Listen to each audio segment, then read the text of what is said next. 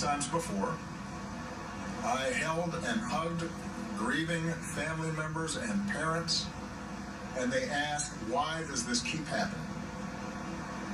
And they pleaded that we do more to stop the carnage. They don't care about the politics. Neither do I. Neither does Joe. And neither should any parent out here.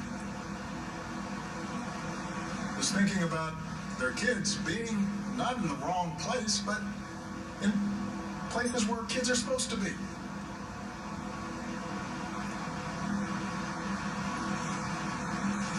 This debate needs to change. It's outgrown the old political stalemates.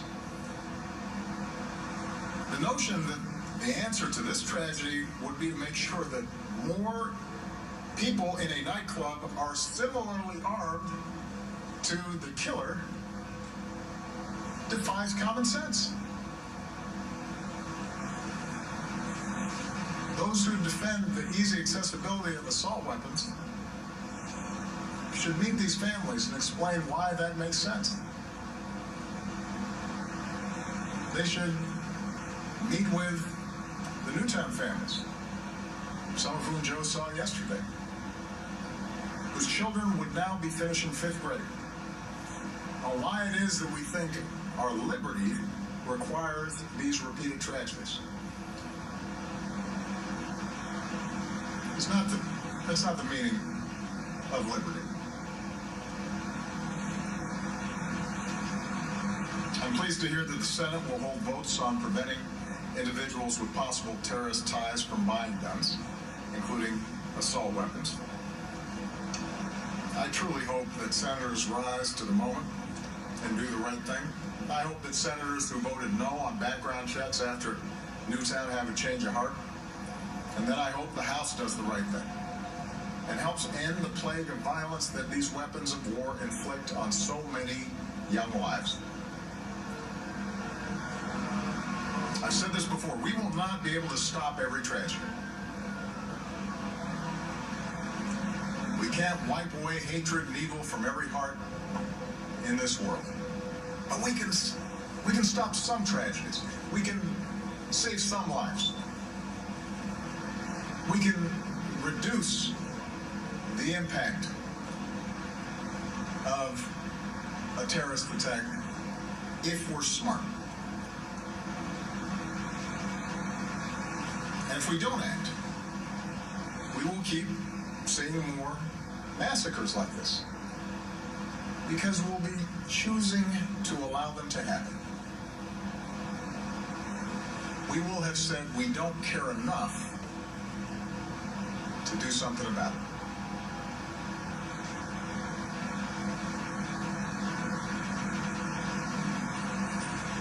Here in Orlando, we are reminded not only of our obligations as a country to be resolute against terrorism, we are reminded not only of the need for us to implement smarter policies to prevent mass shootings. We're also reminded of what unites us as Americans, and that what unites us is far stronger than the hate and the terror of those who target us. For so many people here who are lesbian, gay, bisexual, transgender, the Pulse nightclub has always been a safe haven, a place to sing and dance, and most importantly, to be who you truly are, including for so many people whose families are originally from Puerto Rico. And Sunday morning, that sanctuary was violated in the worst way imaginable. So whatever the motivations of the killer, whatever influences led him down the path of violence and terror, whatever propaganda he was consuming from ISIL and Al-Qaeda, this was an act of terrorism, but it was also an act of hate.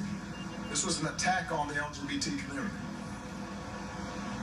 Americans were targeted because we're a country that has learned to welcome everyone, no matter who you are or who you love. And hatred towards people because of sexual orientation,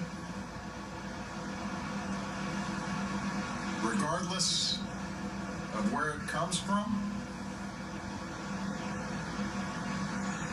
it's a betrayal of what's best in us. Joe and I were talking on the way over here.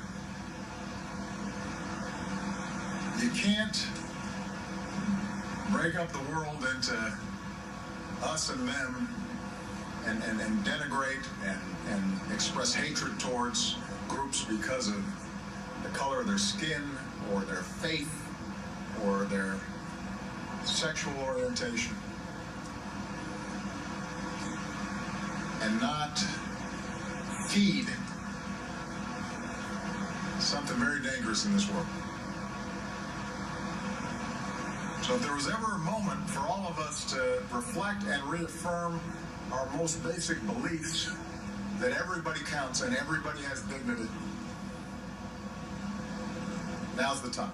All right, we just want to welcome our AWB viewers to this hour of One America News. We are listening to President Obama speaking live right now from Orlando, Florida, after meeting with victims' families from the mass shooting there. So we're going to go back to him right now. We have to end discrimination and violence against our brothers and sisters who are in the LGBT community, here at home and around the world, especially in countries where they are routinely prosecuted. We have to challenge the oppression of women wherever it occurs, here or overseas.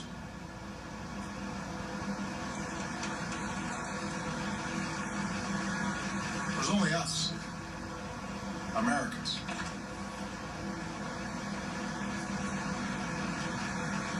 Here in Orlando, the men and women taken from us, those who love them, we see some of the true character of this country, the best of humanity coming roaring back. The love and the compassion and the fierce resolve that will carry us through, not just through this atrocity, but through whatever difficult times may confront us. It's our pluralism and our respect for each other, including a young man who said to a friend he was super proud to be Latino. It's our love of country, the patriotism of an Army reservist who was known as an amazing officer. It's our unity, the outpouring of love that so many across our country have shown to our fellow Americans who are LGBT. A display of solidarity that might have been unimaginable even a few years ago. Out of this darkest of moments, that gives us hope. Seeing people reflect, seeing people's best instincts come out. Maybe in some cases, minds and hearts change. It is our strength and our resilience. The same determination of a man who died here, who traveled the world, mindful of the risks as a gay man, but who spoke for all of us when he said, we cannot be afraid. We are not going to be afraid.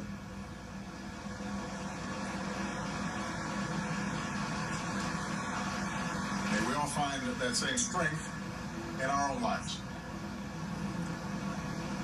May we all find that same wisdom in how we treat one another. May God bless all who we lost here in Orlando. May He comfort their families. May He heal the wounded. May He bring some solace to those whose hearts have been broken. May He give us resolve to do what's necessary to reduce the hatred of this world, to curb the violence. May He watch over this country that we call home. Thank you very much, everybody.